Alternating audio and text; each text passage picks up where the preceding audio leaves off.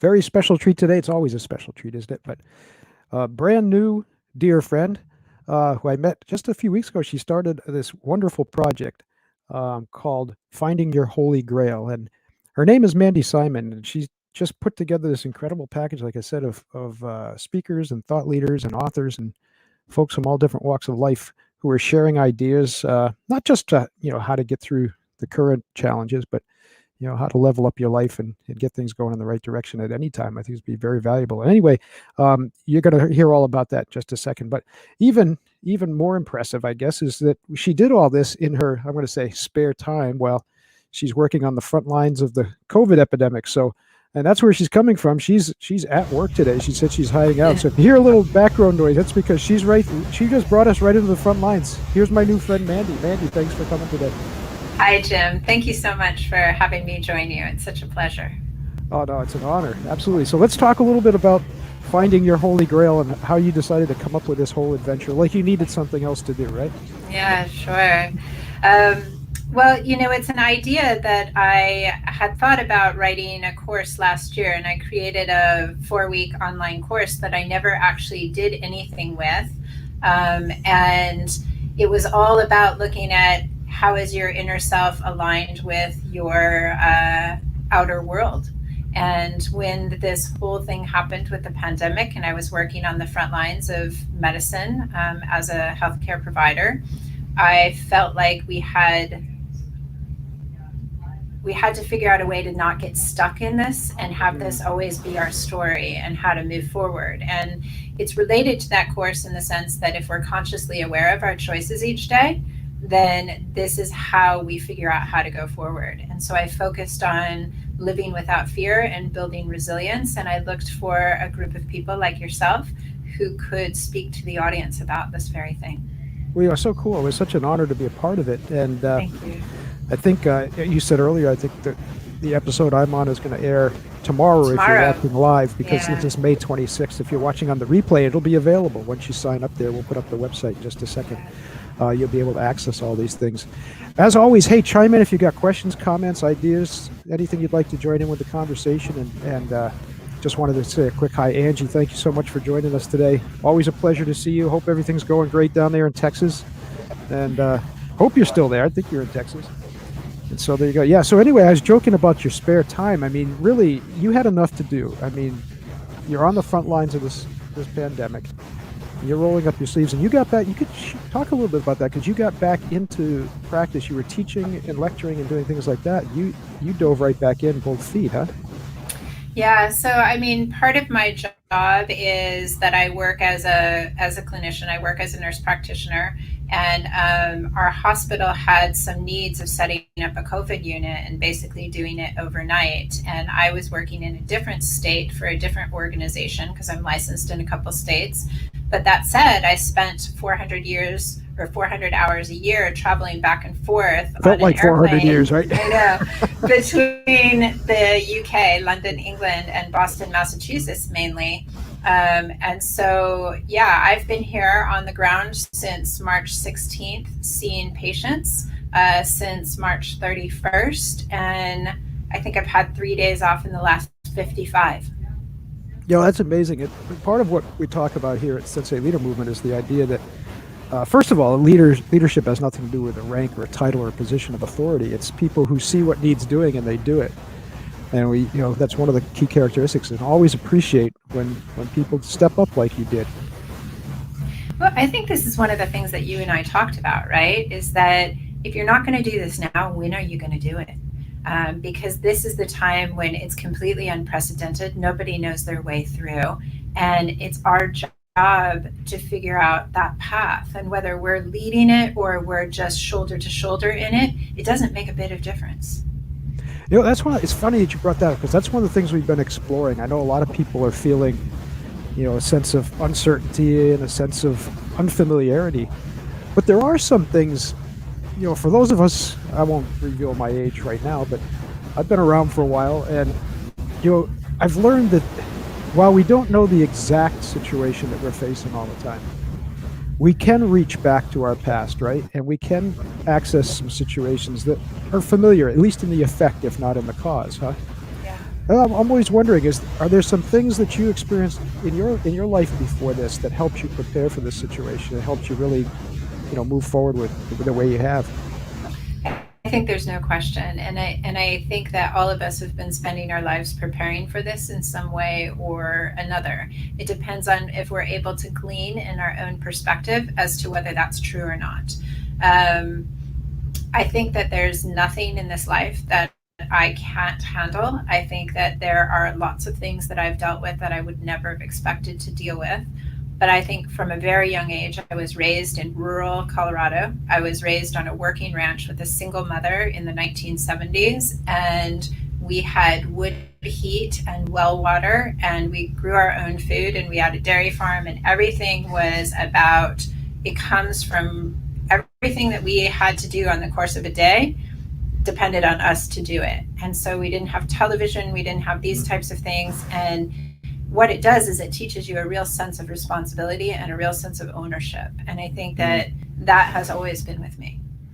Yeah, I think I'm going to go back and read my Thoreau a little bit, on self-reliance and all that good stuff. Those are good lessons that we could pull up these days.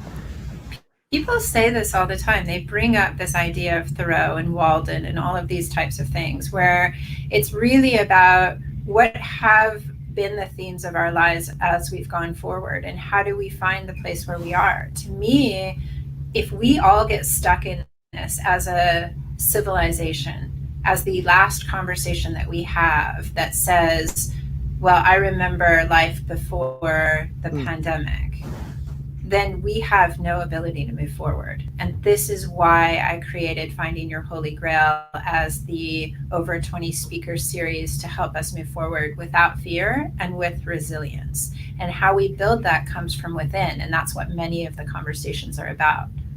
Right. And it does get tricky for some people, because when we talk about self-reliance, we're not talking about isolation. I mean, that's an entirely different subject. In fact, self-reliance has a component of healthy dependency, not unhealthy codependency.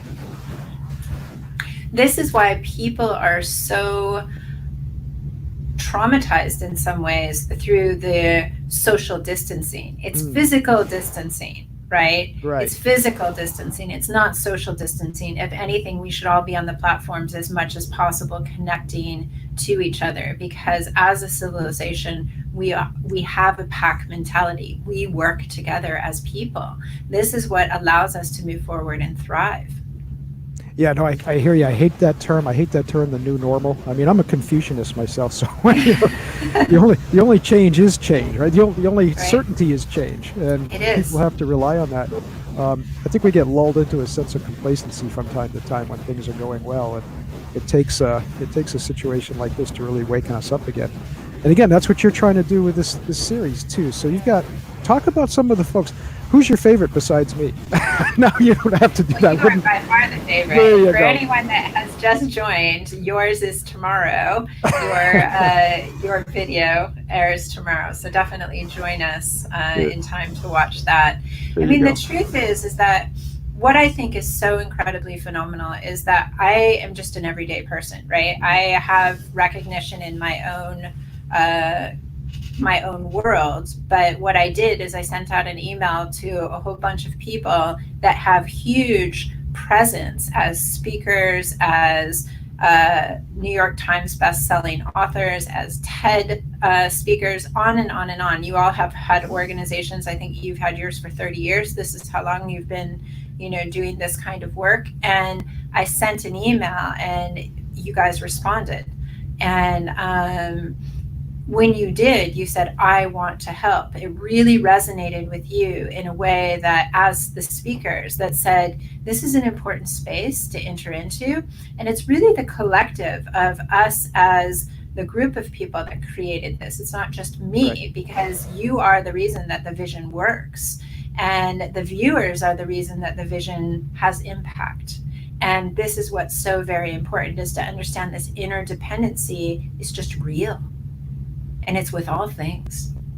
And you're really striking a chord there, because this idea that sometimes we can get overwhelmed by the uncertainty or the crisis that's going on, and we forget that one of the key components, I think, in really mitigating the effect of it, because I embrace uncertainty. And the uncertainty is where the opportunity is. That's what challenges us. That's what helps us grow.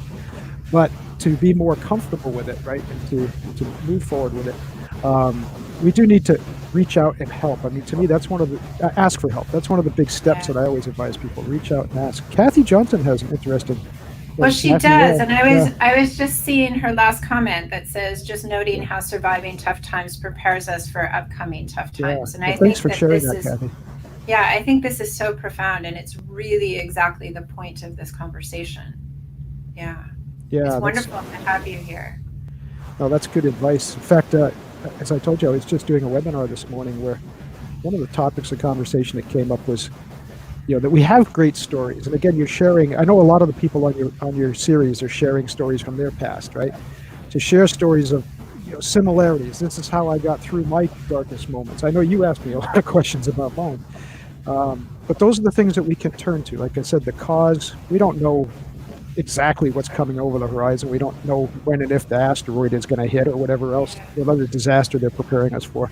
But the effects are very familiar when we allow ourselves to look back a little bit. It's very important. And I think, I'm reading Kathy's comment, for example, and one of our speakers, Dr. Ava Brown, who went first on the air on May 18th, it was this whole thing where, she had lots of harrowing experiences essentially as a young girl, and she just kept focusing on the light, and she let that light lead her. And that light was a self-defined space for her to figure it out. And the thing that I love so much about all of the speakers is that each of you have a story, right? And I have a story. Every single person on this planet has a story, and it's how we choose to look at the perspective and be able to say, this is what I've learned from it, so that I can operationalize these lessons and become a resilient, self-propelling individual that does require connection to make meaningful relationships, to work forward and move together with other people. And this is something that we can't do it alone. It has to be together, but we all come at it from a space of aloneness where we've had a single experience that no one can relate to. Yeah, that's always a conundrum, isn't it? And it's funny because sometimes when people bring that up to me, one of the common terms people say, I can't imagine, right? Fill in the blank. I can't imagine. Right. I said, well, especially for leaders, I mean, I think it's our responsibility to imagine what other people are going through. And sometimes we don't have to imagine because people share the stories. And certainly in our age, I know cinema has kind of replaced the written word in a lot of people's lives, but we have books, we have movies, we have great stories. We have access to all these things, right? And I think that's something we need to do. I may not have walked exactly in your shoes, but I believe it's my obligation to imagine and to try to understand the best I can what your journey is. And I think, for me, working on the front lines of the COVID virus pandemic, is that we can't really understand what the families are feeling that can't be at the hospital to see their loved ones and to do these types of things. But the bottom line is that it is my job to try to have some understanding of that, to try to create connection between the patients and their families, even if it's just through video calling, even if it's through me having a conversation with the family to update them each day. There's so many pieces that we as human beings are responsible for in terms of how we nurture the rest of us, right? It's not just us, but it's how we nurture the rest of us that allows us to care well for ourselves. Right, and there's the website for people that want to access the series, findingyourholygrail.com. And all they need to do is go on there and log on, right? Create an account, and then they have access to these things, right? Yeah, they just put in their email address, and then for these 20 days, they'll receive each day a new speaker with a little bit of about 200 words of text to tell you about the speaker. What I've done is, the space is completely free, and so every 6 days or so, I go in and actually send out an email that says, if you missed any of the interviews, here's where you get them. And you're going to get a copy of your own interview to post wherever you like, after your interview airs. And so this is really this belongs to the world. We appreciate that. We'll put that in our resource section, obviously, so people can find you. I've been dying to ask you this question. This is a huge project. So what's next? You're gonna pull another stunt like this, or what? I don't know. You know, people say this to me all the time, and the truth is I think this is a really nice opportunity to share with the viewers that I think it's important for us to recognize that we're not in a sprint and we're not in a marathon, but we're in an ultra marathon. And when I say this, I think this is quite important because this is a virus, which is the same thing as what the flu is. And at the end of the day, there will be another lockdown. And when there is another lockdown, people will have thought about this a little bit, but they're going to have to think about it again. So nobody knows what the new normal is, but what I do know is that when it comes next, you know, there's probably going to be a follow-up series to this because I expect at least to the guidance from the epidemiologic perspective would be around flu season of this year. We could pretty much expect that we'd be in another lockdown. Well, I hope not. I hope we find a better way to manage it because that's you know the unintended consequences of it are so devastating right now, right? And I don't want to diminish that. So many people are, you know, we deal with a lot of folks, especially small business people right now who are going through such hardship and really losing their livelihoods and in some cases their homes, their businesses. It's a terrible thing. Hopefully we'll find. Alex is working behind the scenes. She's always bringing in some. I love this question that Alex has. Basically. Go ahead. Yeah, I mean, the way I think of this really is that resilience is all about your perspective and your reaction. And your ability to be resilient in life depends on how you coin something that happens to you. So from your perspective, is this the worst possible thing that's ever happened to you? Or can you find some light in this to guide you forward? And then your reaction to this is really how you choose to react to something in life is the only control you have in life. This is the way that I think of it. And I think, Jim, you and I talked about this in your interview specifically. And everybody has a different definition of that. I mean, Kathy Johnson is saying that she defines this practically as being grateful for every moment, right? And so, you know, this is one of these things that we as individuals can make our story however we want to make our story. What is your story? What do you self-identify with? That's your perspective, and you can change that perspective. And that will create either a very strong, resilient individual or a very in need, weak individual, depending on how you choose to look at that. No, I couldn't agree more. And you know, the idea is that we do need to go through these challenges in order to develop that resilience. It doesn't happen in a vacuum, right? And so you're exactly right. How do you respond to it? And how do you reach out and get the help that you need, get the advice that you need? It's all around us. It is all around us. Yeah. Yeah. It is all around us. Yeah.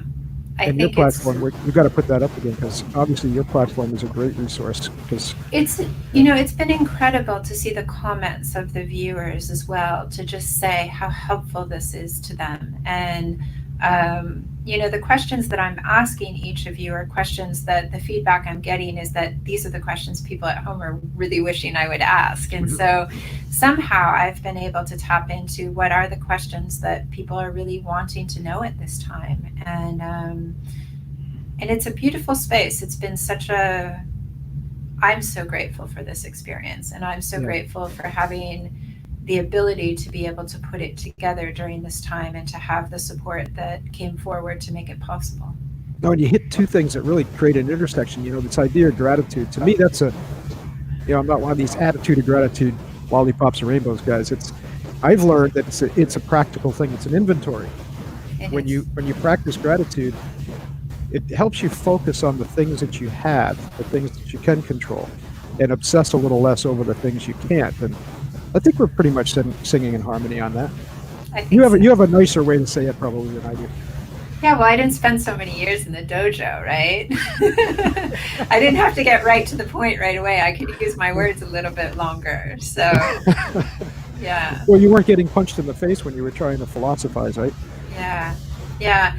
And, you know, honestly, Kathy is bringing up a really good point here where she's saying that immediate reactions after childhood trauma are not by choice. And I think this is true of everything. I think this is true for the moment that we're in. And It is important, though, for us to understand that the power is within us to choose this, even if it doesn't feel this way. Because I've had plenty of scenarios. I was 40 years old when I had to have an open heart surgery from um, a congenital defect that I was born with, and it came out of nowhere that the surgery was required. And, at the time I was in grad school, I was working on a cardiology floor. Yeah. I was an employee. I became the patient. It was a really traumatizing and incredible experience to go through. And it doesn't matter how much information you have, you feel victimized by it. And, this is just one of the many things that any of us has ever dealt with. But I still remember a friend of mine saying to me, she thought the most incredible aspect of me during this experience is she said, this experience will never define you. You will define this experience. And she said it was because of my perspective of how I was going into it. And this really gave me pause. And I was so appreciative of her to give me that feedback at the time. It was very useful for my forward decision making. Oh, that's an incredible story. And also, Kathy brings up something interesting too. She's concerned with the fallout from the isolation due to the shutdown. And we've been talking a lot about that too, right? That people have to be very careful not to allow, and again, I agree with you with that idea of social distancing. We're physically distancing. We need to stay social. I guess all I could add to that is we have to make sure that we reach out to some people who you might not think have access now. It's nice. I think it's a nice way to look at it, actually. And truthfully, you said this. You said, don't go it alone. No, I don't want to. Yeah. I don't know about you. I don't want to. Yeah. Here's a great question. And yeah, I'm going to echo Alex's point on this. How do you maintain your own resilience as a frontline healthcare professional? And thank you, by the way. Absolutely. Alex, thank you. I think for me, I have a lot of daily practices that I carry forward. So I make sure that I continue to do that. But I think also I truly recognize that we wouldn't be in this unless we were somehow able as a civilization to deal with this. And we have to find this in ourselves each day. And it's going to look different for everyone. But it is true for me every day. And I have a role to play on the front lines. And I don't entirely understand it every day. I'm so glad, I'm glad in a way to hear you say that, not the part about not knowing how to deal with it, because we all have those moments, I'm sure. But that idea that we are going to get through this. What really has bothered me lately, and again, this is one of the great blessings that you put together this program, because there are so many voices out there, and I understand, if it bleeds, it leads. It's the media business, but there's so much negativity and so many people that are worried that nothing is ever going to return to any semblance of normal, and that we're going to be in this constant state of chaos forever. No, we're not. I mean, for God's sake, turn to the stories and listen to the people who lived through World War II and lived through these things. And most recently, I know a lot of people have forgotten about it, but during 9/11, there were a lot of changes people had to deal with. We're going to get through this. No question. No question. Yeah. And it's, it's going to look however we decide it's going to look, but we must be intentional. Yeah. Amen. Right. Isn't that a difficult thing to do sometimes though, right? It feels like you're on the roller coaster that's getting out of control, right? Yeah. I mean, you asked me before this, how's it going? And I said, well, at least I'm starting to get used to a new routine, right? Yeah. And so maybe I'm a bit more resilient now than I was 3 weeks ago, because I have a little bit more of control of what to expect. But, on any given day, that goes out the window. I don't know. The more I get to know you, obviously you're one of the most resilient people I think I've ever met. And you surprise me always with another story I didn't know about your heart condition and all that. Yeah. But it's true that which doesn't kill us, right? Yeah, absolutely. I think there's no question that this is a valuable lesson. Yeah, but one of the things that you always talk about, and so appreciate it, that the intentionality of it. I'm not one of these folks that say, oh, there's no such thing as failure or anything like that, that everything's a lesson. Sure it is, if you wring the lesson out of it, which isn't always the easiest thing to do. And you have to decide what course you're going to take and go forward, right? Mm-hmm. I think this is really true. I like Alex's recent comment that we need a news detox. And I think that this is how people need to exert some control over their lives, right? Yeah. How much are you going to sit and listen to the doom and gloom of a 24-hour news cycle that Mhm. has a 1 hour story? Yeah.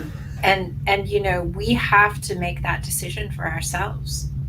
Well, it's processing the confusion, isn't it? It's very difficult. I mean, you're a medical professional, and I'm sure there's things that you've heard that, are wildly contradictory one day to the next. And I think part of the problem with that is people always assign the worst intentions. And isn't it just that the data is changing? I mean, that the information is changing. This is still all pretty new, isn't it? This is exactly it. I mean, I when I have to speak to a family about, the discharge date of their patient who is here on the COVID unit with me, I'm having to look to the government agencies of the WHO, the CDC, the Departments of Public Health to figure out what is the new guidance. It changes every day. Yeah, change in the medical and with the other stuff. I mean, there's been so many business people trying to navigate through the PPP plans and the assistant plans and the unemployment plans and all this stuff, and it changes by the minute. Yeah, I mean, this is true of the airlines as well, right? Hmm. I used to fly so often on the airline, and now, I look at this and I just say every month I just extend my time in the US for another 30 days. I don't know when I'm going back to the UK. It's very Yeah, unclear. There's yeah. no good guidance for me to make that decision. So I'm needed here and this is where I am. Well, we're glad you're here, and we're awful glad that you put together this program. I'm going to put up the website again. Make sure you access this, findingyourholygrail.com. And you also said people can contact you directly, Gmail, finding your holy grail at the Gmail too. But get on this program. Why don't you just go over one more time the details of it, what people are getting, and exactly how to do it? Sure. So what it is it's about 22 speakers that each day are featured, sending out in a pre-recorded video session a conversation like Jim and I are having now, where we're really focusing on how to help anyone who wants to join the conversation move forward with resilience and without fear. The really fantastic part of it is the fact that each of these speakers that is featured has 20, 30 years depth of experience. So they've opened up their communities and their tools, and they've offered free tools to the viewers to help them have practical solutions about moving forward during this time. And it just comes into your email box once you put in your email address and your name. And these are free, and you can join the conversation. You can send emails and put comments under the videos. Yeah. Hey, and let's all keep the conversation going. If you're watching on the replay, just send your comments. Put your comments in the stream. We'll find them and we'll get them to Mandy or wherever they need to go, and we'll make sure that that happens. Mandy, one more question I'd like to ask you before we wrap things up. And thank you guys all for popping in and out here. Really appreciate your support for these live streams. We did decide we're going to do them a little more regularly. We're going to probably most of the time do them on Tuesdays at noon, but we'll spread them a little bit around the clock for different time zones. But just watch for that, and occasionally we'll have a special, especially when we have someone tremendous like Mandy to bring on. Findingyourholygrail.com. Make sure you go there and get those resources. And so, Mandy, as we wrap things up, one of the questions that I really wanted for you is, what do you think personally you're going to take out of this whole mess, this whole chaos, that's really something that's going to be, you're going to look back at and you're going to say, wow, you know what, didn't maybe feel it at the time, but this was a special time, and this really is going to imprint my life going forward. Thank you for that question. I understand now more than ever that we're all in this together. This is the very first experience that we've had on this planet as human beings where this is not geographically specific. And so having this kind of experience where it's not just New York City, it's not just a typhoon or a hurricane or an earthquake in some other part of the world that perhaps we didn't hear about that part of the world before. This is something that has linked us all together. It has allowed us to know that we're interconnected. And for this reason, I understand more fundamentally than before that all of my neighbors, whoever they are, right, must be looked after in this process. That's beautiful. I couldn't think of a better way to wrap things up. So again, thank you so much. You stick with me for just a second after the program, and then again, I'd like to thank everybody for coming on and joining the live. Please come to Sensei Leader Movement, joinfree.com, slmjoinfree.com, and our white belt level is free, always will be. I believe if you're watching this before May 31st, you can also get a black belt membership for free, which is usually about $30 a month. That includes a live call every month, which I think is the most special part of that. But come on and join us. We're a global movement of leaders at all levels, all over the planet, just trying to help each other develop and grow as leaders and as people. So again, Mandy, thank you so much for being with us today. Thank you. It was such So a pleasure. And I hope that all your viewers tune in tomorrow to be able to see your amazing interview. Oh, thank you so much. All right. Yeah.